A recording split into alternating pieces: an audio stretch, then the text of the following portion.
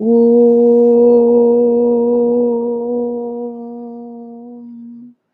समस्त जन कल्याणे निरतं करुणामयं नमामि चिन्मयं देवं सद्गुरुं ब्रह्मविद्वरम्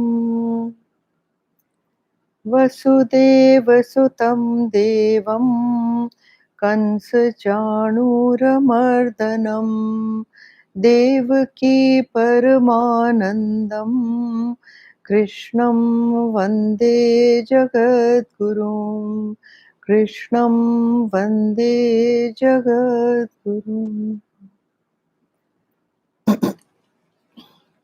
Okay, so today we start with verse 18, and this verse says, Vidya Vinaya Sampanne Brahmane Gavihastini Shuni Chaiva Shvapake Cha Panditaha Samadarshinaha.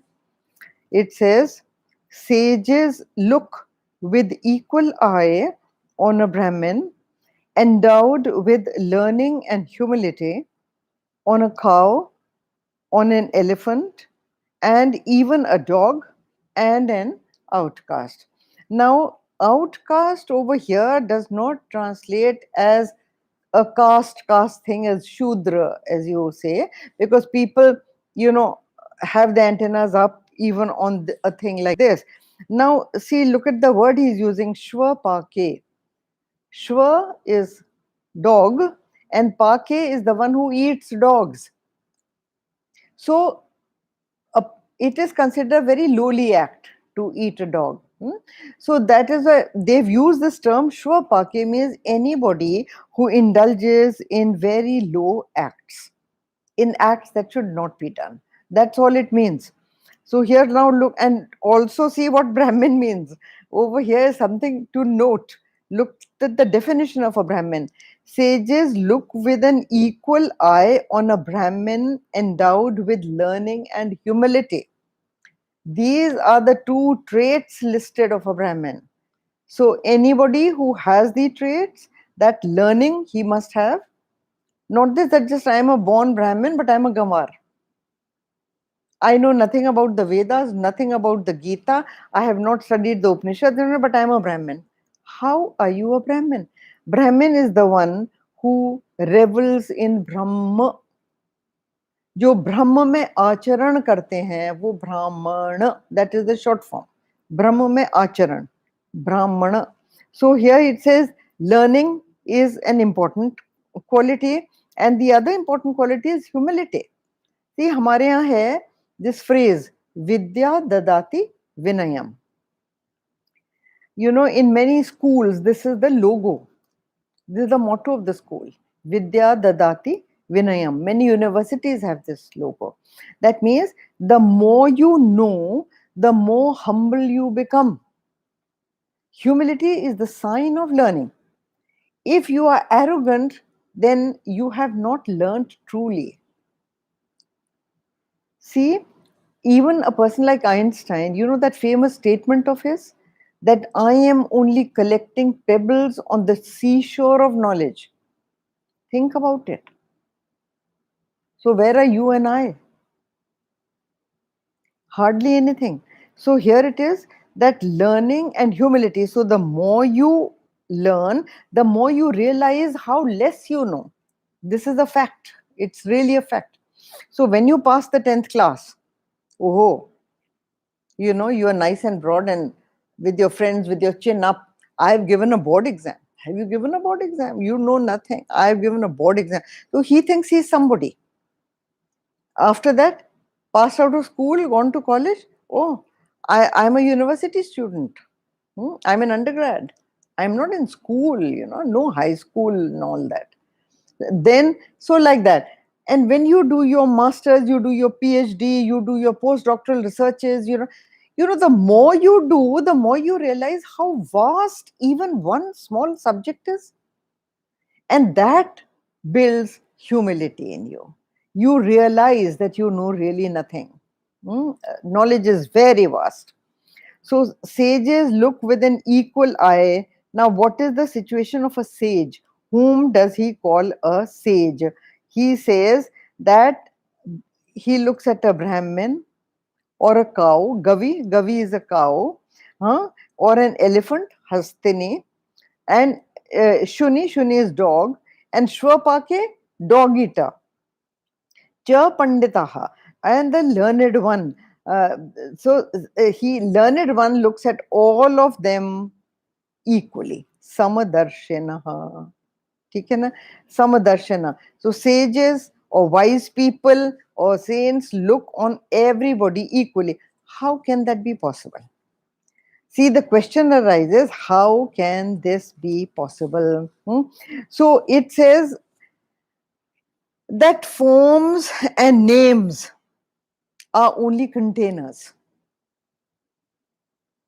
The sages realize that forms and names are only containers.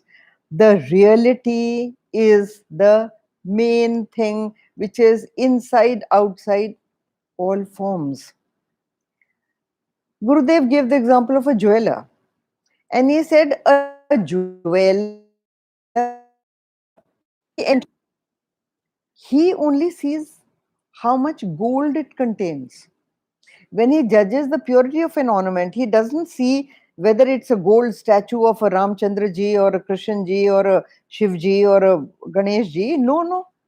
A jeweler will only look at it as gold. And how much money can that gold fetch for him, isn't it? Because truly the name and form does not exist. The essence of that is only gold. Similarly, if the pot says that I am only mud, he's right. And if mud says that there is no shape and form to me, right? So then the thing is that it is the same truth. The realized master gets an equal vision. He understands that everything is the same. And he sees himself in all. When you see yourself in all, you go above likes and dislikes. Think about it. Which part of your body do you hate? Which part of your body can you chop off and throw? No. You know, even things that hurt, this finger is hurting me very badly, but I am still keeping it nicely. I am nursing it, isn't it? I am taking it to a doctor. I am trying to cure it, but I am not going to do away with it, right? Nor do I hate it. Similarly, if this hand by mistake goes into my eye, this example Gurudev used to give many times, the same hand will immediately rise up and start rubbing that eye and trying to soothe that eye, because you realize that all this is one. The hand that poked the eye is also you, the eye is also you, and the pain the one has felt is also you. So this vision of equality, the samatva bhav, is what the person gains. Now come to the next verse. Verse 19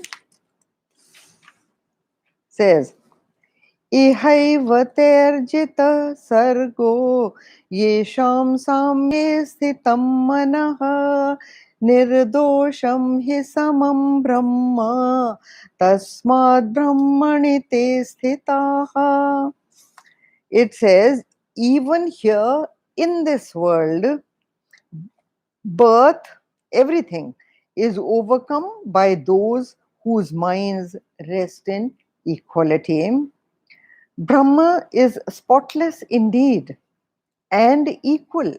Therefore, they are established in Brahma. Now, he says, even here in this world, because most of the people have this great idea that moksha you can get or realization you can get after death, that it is a posthumous state. You have to give up the body, and only after you give up the body, you gain it. But no, he says over here, look at the two words used. He says, iha, huh? Iha ev. Here, even. Even here. That means this whole idea that Vedanta calls Jivan Mukta. The person is called Jivan Mukta because he is free of all kinds of agitations in the mind, likes, dislikes, hatreds, loves, attachments. He is beyond all this. He goes beyond all this. And even here, so Vedantic liberation is not posthumous. It is very much in this world, in this very body. So the sadhak experiences like a sadhak like you and me, we are not realized, but we experience this in degrees, isn't it? Since the time you have started studying the Geeta, you must have experienced a lot of change in you. It is the glory of the Geeta. You cannot value the world the same way that you used to evaluate it. Your evaluation has changed. Your way of looking at it has changed. जिसको हिंदी में कहते हैं नजरिया. आपका नजरिया बदल गया, है ना? So you cannot go back to that foolish self that you were. So even in this world, you have become a little bit evolved, isn't it? And you have done it by choice. Nobody has forced you. So definitely it must be benefiting you. Only then you have done it. Nobody does anything unless it is of utility to him or her. So if you attend Geeta classes, if you do sadhana, if you do japa, it must be benefiting you. It must be bringing about tremendous peace in your mind. It must be bringing about a kind of equipoise in your outlook on life and in your behavior. That is why you do it, isn't it? So we are doing it by degrees. Uh, so he says, people ask, but how does one reach there? How does one reach there? There are only sadhanas given. Now, the most famous sadhana is Patanjali Yoga Shastra. Now, Patanjali gives the Ashtanga Yoga Sutras. Now, in those Ashtanga Yoga, you have all these. You have asana, you have pranayam, you have dharana, you have meditation, you have japa, you have, all these things are there in the Ashtanga Yoga. And the last one is Samadhi. तो समाधि जो है वो बिल्कुल last है. That means in meditative poise. That is samadhi. Not trying to go there, that is a different state, but being sthit in samadhi is another state. So he gives all these, and these will end the ego. Once the ego ends, only then, unless the ego ends, you cannot gain total mental equipoise. You will be disturbed by something or the other. Every one of us has attachments, maybe to smaller degrees than the man of the world. But if you are a sadhak, you are trying, isn't it? And since you are trying, slowly you evolve. And slowly you can be free. You may not be a Brahmasthita, but slowly, by degrees, you go towards, if you practice yoga, if you practice all these, you practice asana, you practice pranayam, you practice japa, you practice samadhi, you practice yama, dhamma, niyam. All these, when you practice, you slowly ultimately will evolve. It is sure shot. It has to happen. And the sanidhya of a good teacher, the sanidhya of a teacher who knows, all our shastras say that is the luckiest thing that can happen to any individual. Everybody does not come in contact with this kind of a teacher who will be able to explain, able to reveal that to you. And if it is happening to you, understand that it is the biggest grace of the God, biggest grace of the Lord. Satsang is the result of that. आपके पुण्य का फल है सत्संग. You know, it is not कि सत्संग attend करने से पुण्य मिलता है. No, you will not be able to go there. You will not be able to attend it. आप कह के देखो लोगों से कि गीता सुनिए. They will never. They won't. In fact, they laugh at you. They wonder at you कि आप ये क्या करते रहते हो, क्यों सुनते हो? अरे बहुत टाइम पड़ा है, सुन लेना. चलो चलो मूवी देखने चलते हैं, isn't it? So this mental equipoise is attained, and it will slowly happen that in all situations of life, in all situations, good or bad, you will be able to keep your poise. You will be able to keep your cool. It is not that something small has happened and you fly off the handle. That kind of a thing will not happen. The ocean does not die. Right? Once you understand that, then whatever is happening, you know that that is going to change, and it is nothing else but the same world, up and down, up and down. Nobody is going anywhere. Sorry, nobody is coming from anywhere. So things, all manifestations are given to change. You understand that. And they must change, they will change, But the substratum that supports the changes never changes. The substratum remains the same. Like a riverbed, the riverbed does not move, but gallons and gallons of water is continuously moving over that riverbed. So the main truth of the world is changeless. So if you attach to that, you do not experience the harassment of change. You do not experience the sorrows of change. But if you attach to the things that are changing, which everything will change, it is a given thing that things will change. So if you attach to them, like, see, I'll give you an example. On the bouncing waves, if a straw is floating somewhere, how much does that straw bounce up and down? Isn't it? He is tossed about, thrown about, because he is attached to the bouncing wave. There are rocks, and the water is crashing against the rocks and bouncing away. Now that straw will also bounce away. Where is it going? It doesn't know. It is lashed about, whipped about, thrown up, thrown down, isn't it? But the one who dives deep into the motionless, absolutely still depths of the ocean, he is the one who finds the pearl. वो है ना, जिन खोजा तिन पाइया गहरे पानी पैठ, मैं बोरी डूबन डरी रही किनारे बैठ. So if you are afraid to even try, if you are afraid to make the effort, you will never find the pearl.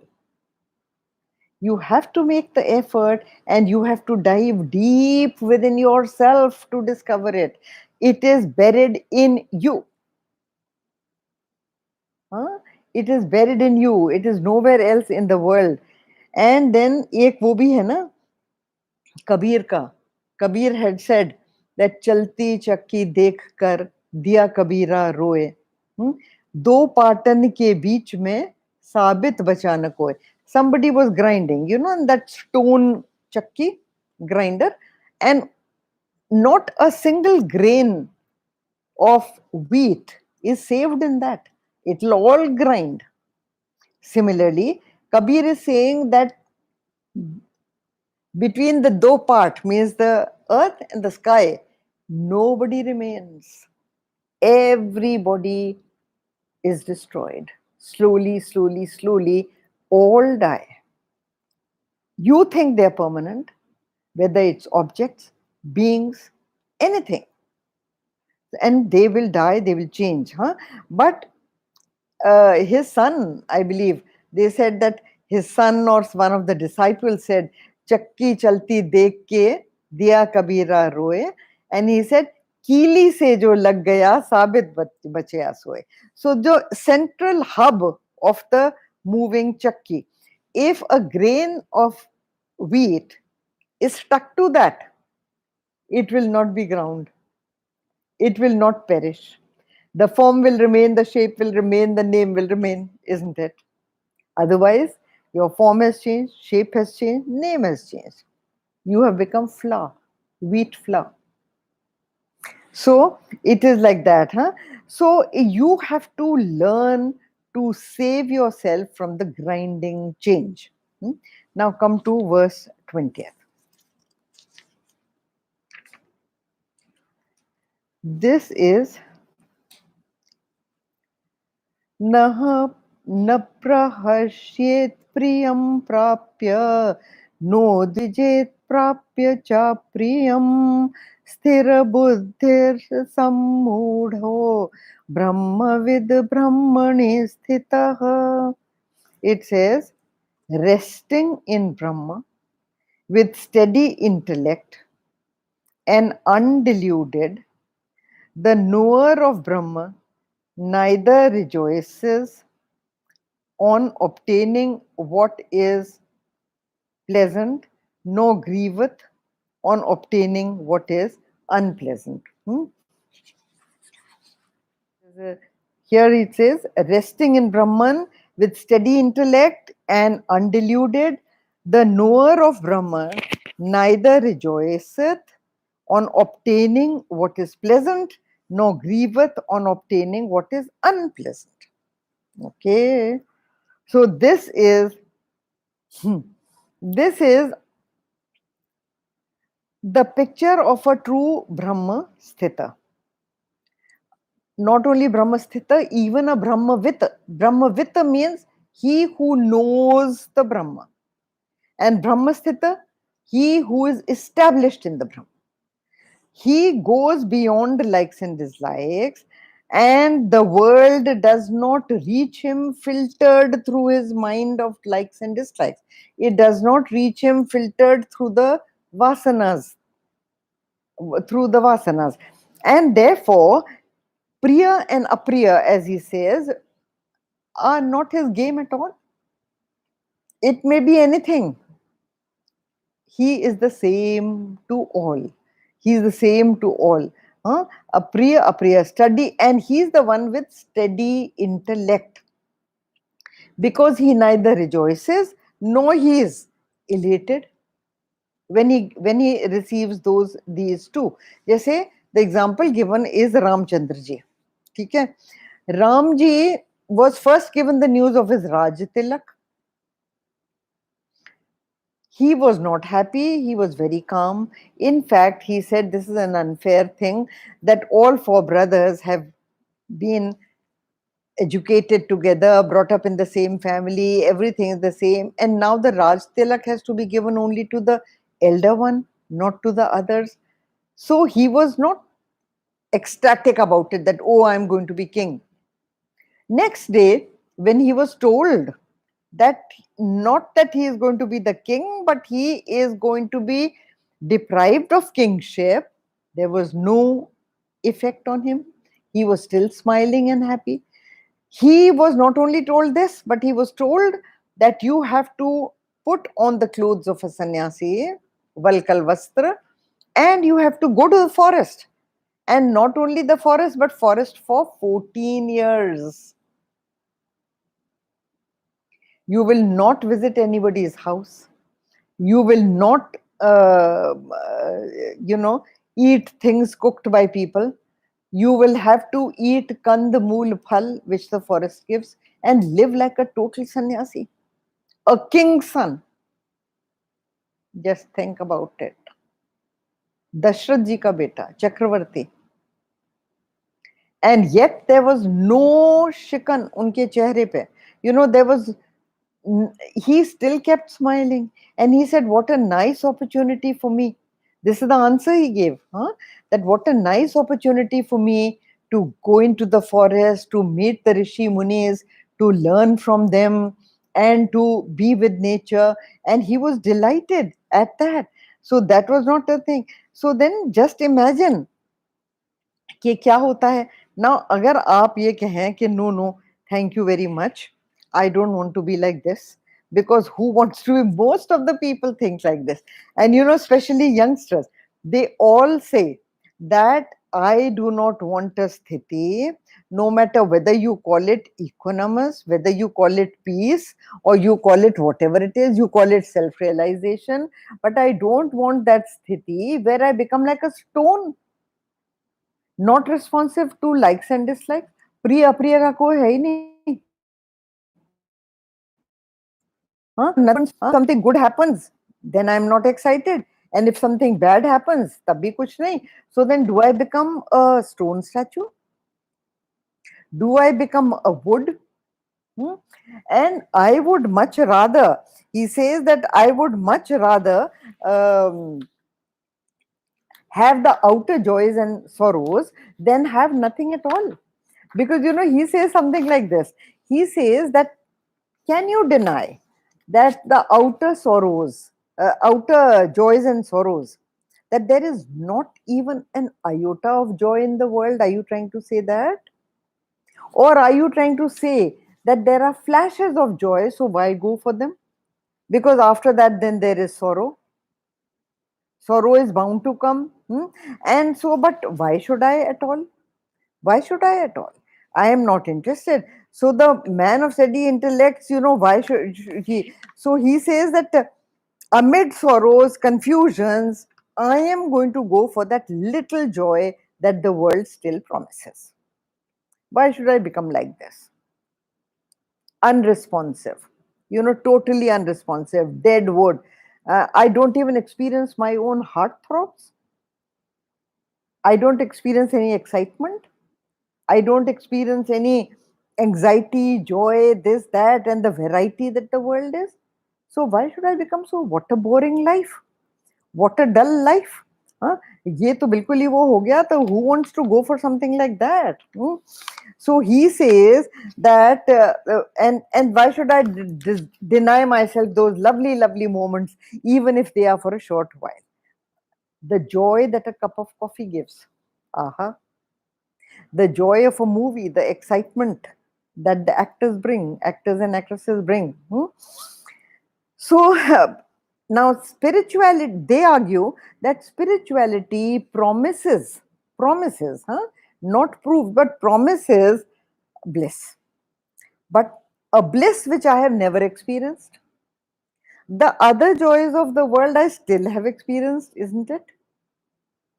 So why should I go for something which, they say that a bird in hand is better than two in the bush. So why should I go for that? I'm not interested. It is an unknown bliss that is promised. That is just a promise. And for, in exchange of what? In exchange of dismissing all that I love. They all sadhana says, do this, don't do this, do that, do that. So then my to life has become an absolute no. I don't want to do all this. Huh? Now you see, dekho, you feel sorry for the realized master because you judge happiness from your own toys. You judge another person's happiness from your toys. It is like a dog pitying you. That, my God, what kind of a life do you lead? You do not have even a dry bone to chew on. You don't know the pleasure of chewing on a dry bone. How lucky will you be if you get a dry bone? Think about it. The dog does not know any higher joy. The dog has not tasted even a bit of any higher joy than a dry bone. So he feels that that is the best thing to aspire for. It is always like this, that your petty toys you will always drop the moment you get a higher toy. Don't you exchange an old car for a swanky new one? You do. Don't you throw out old dresses to get new ones that are hanging there, isn't it? So it is not a kind of a monotonous life that you are going to lead. No, no, you are getting something much higher, much bigger. A waker does not cry for a begging bowl that he lost in his dream, does he? In the dream, he was a beggar, and the only prized possession which he used to love was a begging bowl. He woke up, and when he woke up, does he and he realized that, oh, I am a prince and I have such beautiful things, lovely house, lovely cars, lovely dresses, lovely jewelry, lovely everything. Will he still cry for the prized begging bowl of his dream? No, he doesn't. That is not. And this joy, another thing that is promised is not just promised, it is with the experience of countless sages, countless saints have given this experience, and we have to believe them. They say that it is an Akshaya Sukham. This verse says Akshaya Sukham. है ना? तो जब अक्षय सुखम means permanent, everything else is destructive. No matter what you gain, it will be destroyed. Hmm? And you say that you would rather live with the suffering and get a tiny bit of joy. Here you are getting Akshay Sukham. So, dekho, you need to work up for this far greater, far bigger joy. And the dreamer always feels that this is going to be the end of me if I wake up. The dreamer feels he will die if he becomes a waker, which he does. He thinks that he will become zero if he becomes a waker. He does. But wouldn't you rather be the waker than the dreamer? Tell me. Wouldn't you rather exchange wakerhood for dreamerhood? Yes. Okay, now even let's do verse 21st. Bhaya sparsheshva saktatma vindatyatmani yat sukham sabrahma yoga yuktatma sukham akshayam ashnute. See, this verse is the one that says akshay sukham. It says that you will always get. Now, what you will become will be a Vivekananda, you will become a Ramana Maharishi, you will become a Swami Shivananda, you will become something like that, Tapovan Maharaj. The thing is, you will not become a nobody. It is not that when you stop, ये बाह्य सुखम जो ये verse कह रहा है, बाह्य सुखम जो है, that is very temporary, very, very temporary. So it is not that you will just get this Bhaya Sukham. You will get a joy so deep and so rich that none of the happenings in this world will ever be able to harass you, will ever be able to give you unhappiness, right? And then what have these people done? Just think about it. They are not stones by the wayside of the Ganges. They did not become stones, that unresponsive stone as you were thinking. They are the ones that will they are the ones that change the entire generation's thinking. They have influenced not one generation, generation after generation. How many people have benefited by the teachings of Swami Shivananda, Swami Tapovan Maharaj? Did you see Chinmaya Mission, the teaching given by Swami Shivananda and Swami Tapovan Maharaj to this one person, Swami Chinmayananda. Look what Swami Chinmayananda has done. Around the world, people are benefiting, like you and me, with his teaching. with his exposition of the Gita. So look what he's done. Look at his achievement. Huh?